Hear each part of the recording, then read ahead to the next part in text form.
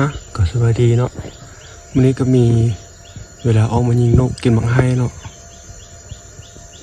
นกกิลูกเนาะกินมากอยู่เชิง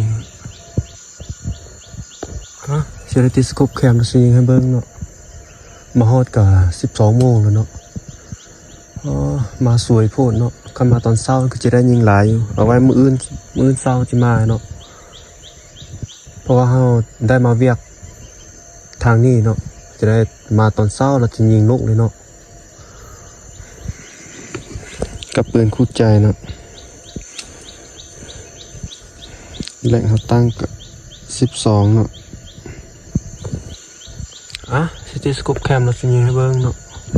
นกควักเขาจะบ่ยิงเนาะเขาจะยิงแต่นกกิลูกเนาะนกใหญ่แต่เนาะนกกิลูกโอ้ยบังบินบินเข้าหลายตัวเนาะแต่ไม่ได้ยิงเนาะ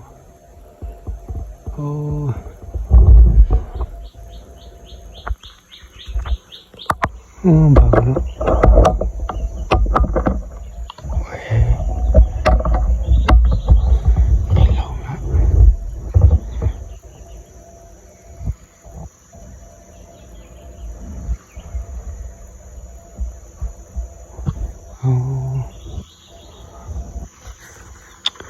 มันรักเฮงเนาะ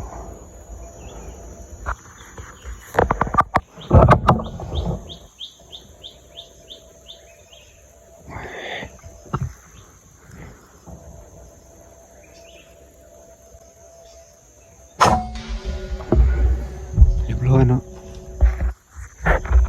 ถูกละ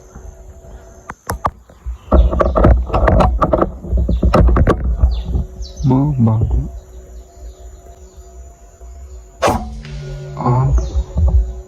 เรียบร้อยเนาะ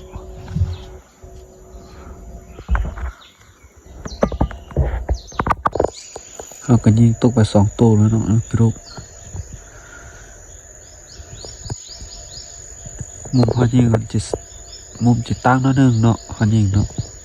เวลาเขายิงตั้งนั่นนี่มันลูกปืนมันจะขึ้นไปถึงขีดนึงเนาะเขาจะได้เพื่อเนาะเพราะว่าเขาตั้งไปซื้อเนาะเวลาเขายิงสร้างแล้วนี่มันจะขึ้นไปขีดนึงเนาะนกน้อยนี่ก็พวกมีแต่ว่าเขาไม่ยิงเนาะเขาจะยิงแต่นกกิโลกเนาะนี่เนาะยิงตัวไป2 ตัวละลูกแถวไส้กะ5.52เนาะ18 เกณฑ์เนาะเขาไส้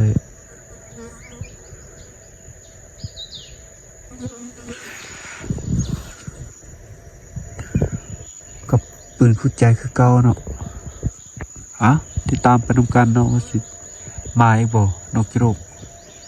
เห็นแต่นกน้อยเนาะเขาเนาะฟ้ากระบุดคือจีฝนตกอีกเนาะ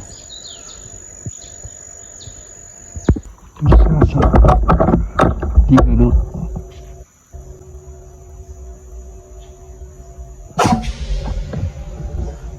เรียบร้อยเนาะ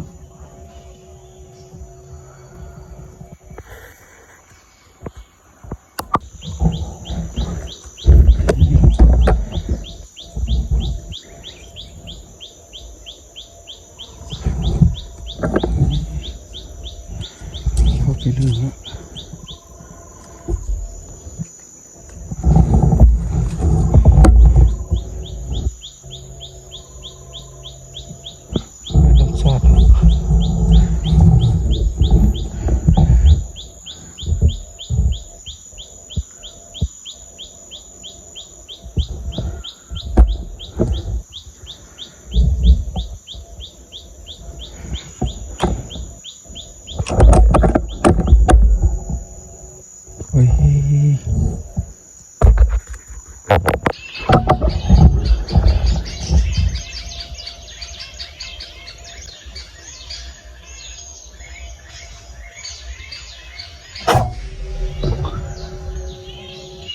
เรียบร้อยเนาะเอาแล้วฝนตกเนาะโอ้เสียดายเฮง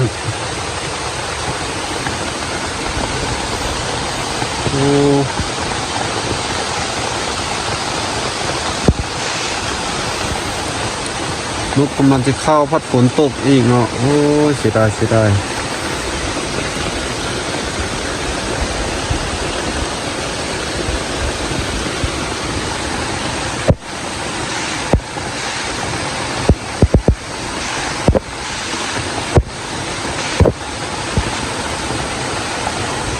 เสียดายเนาะ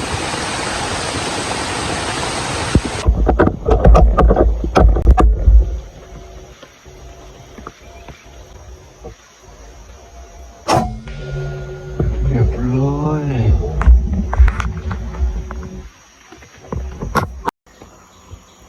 ก็มาด้วย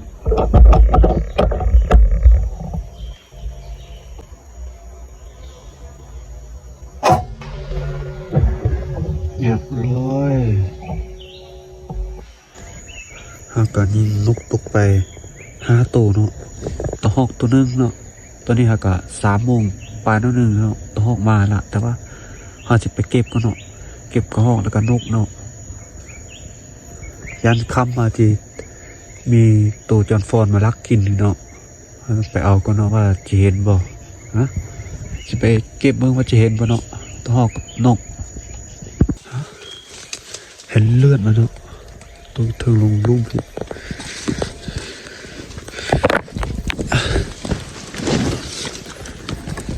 อ๋อเห็นแล้วเนาะตัวใหญ่ขนาดเนาะอ๋อสุดตัวผู้เนาะ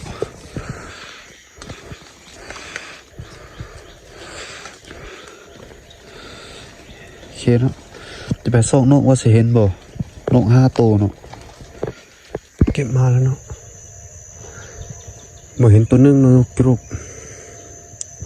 ตัวหันยิงตัวที่2เนาะอยู่เชิงมันเนาะชอบบ่เห็นเนาะตัวหันยิงตัวสุดท้ายตัวนี้เนาะ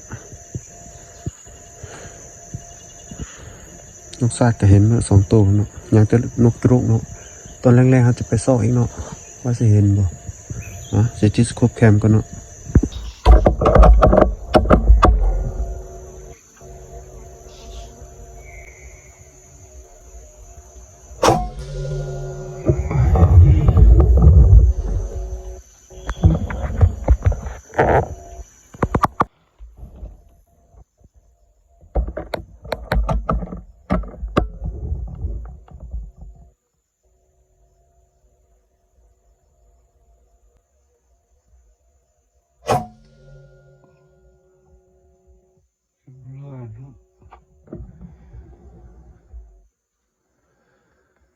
อ๋อสีคำแล้วฝนพัดตกอีกโอ้ยเสียดายเรื่อง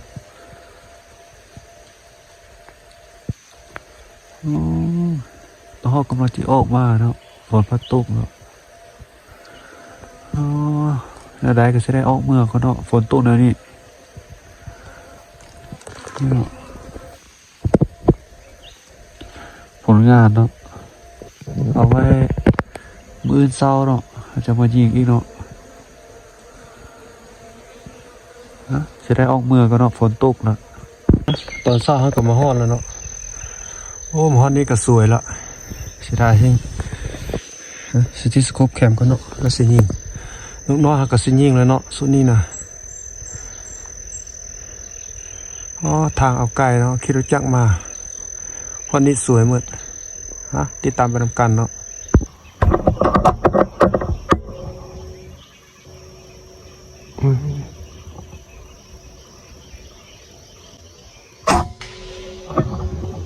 ร้อยเนาะ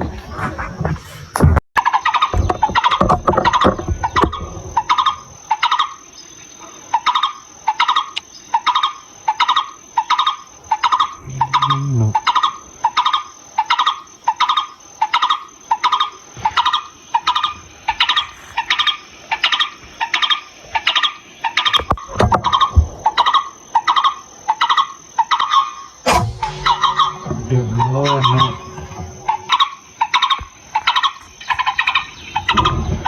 ตัวนี้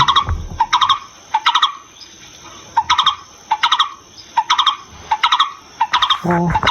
เป็นยังเนาะ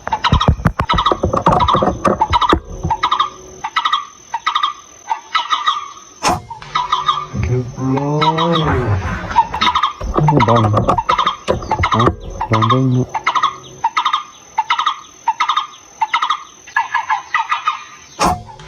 ตกคือเก่า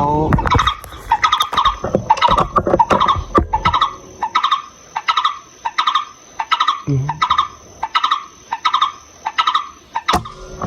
อ้ยดินก้อนเนาะอย่าปองเนาะลองเบิ่งเนาะเรียบร้อย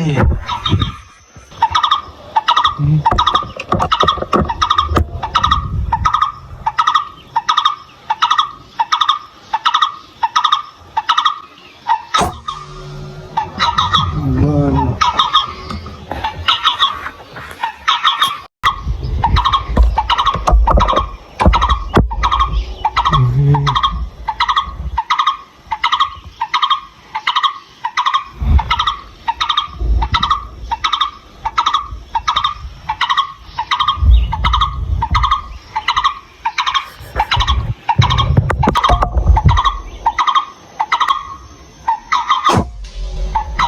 ร้อย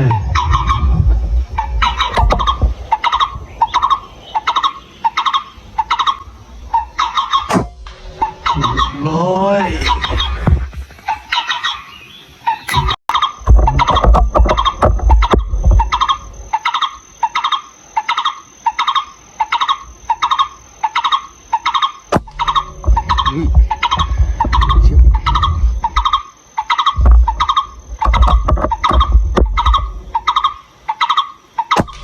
้อยเนาะ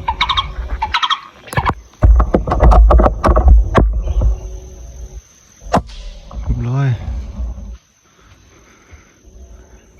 หัวแตก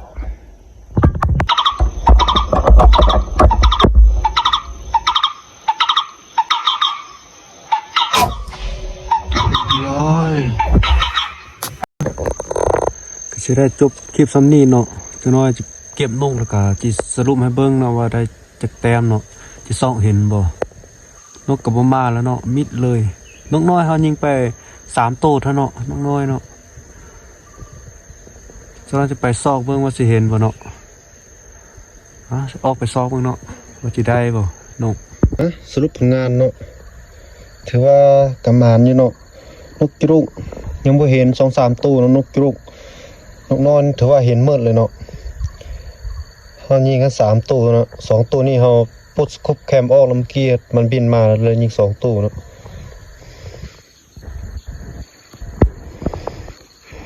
ถือว่าหมานอยู่เนาะกับปืนคู่ใจเนาะคือเก่าเนาะเอาจะได้จบลาซ้ำนี้เนาะฝากกดไลค์กดติดตามเลยเนาะเพื่อเป็นกำลังใจให้คลิปต่อไปเนาะเจอกันใหม่คลิปหน้าเนาะ